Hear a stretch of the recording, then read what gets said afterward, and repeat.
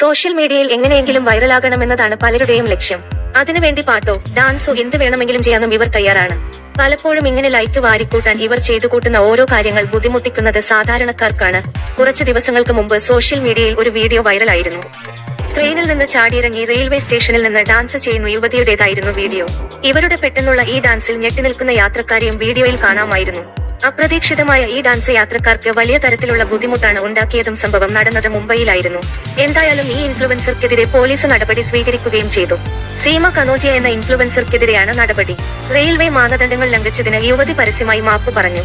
സീമ തന്നെയാണ് മാപ്പ് പറയുന്ന video social മീഡിയയിൽ പങ്കുവച്ചത്. 2 പോലീസുകാരുടെ നടുവിൽ നിന്നുകൊണ്ടാണ് സീമ മാപ്പ് രചിക്കുന്നത്.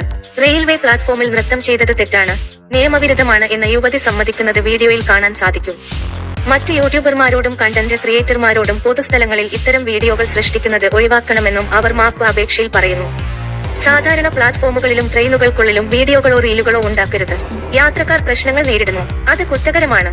അന്തേരിയിലെയും SISMDയിലെയും റെയിൽവേ പ്ലാറ്റ്ഫോമുകളിൽ നിന്ന് റീലുകൾ നിർമ്മിച്ചതിൽ ഞാൻ ഖേദിക്കുന്നു, സീമ പറഞ്ഞു. പോലീസിൽ സമർപ്പിച്ച ക്ഷമാപണവും സീമ ഷെയർ ചെയ്തു.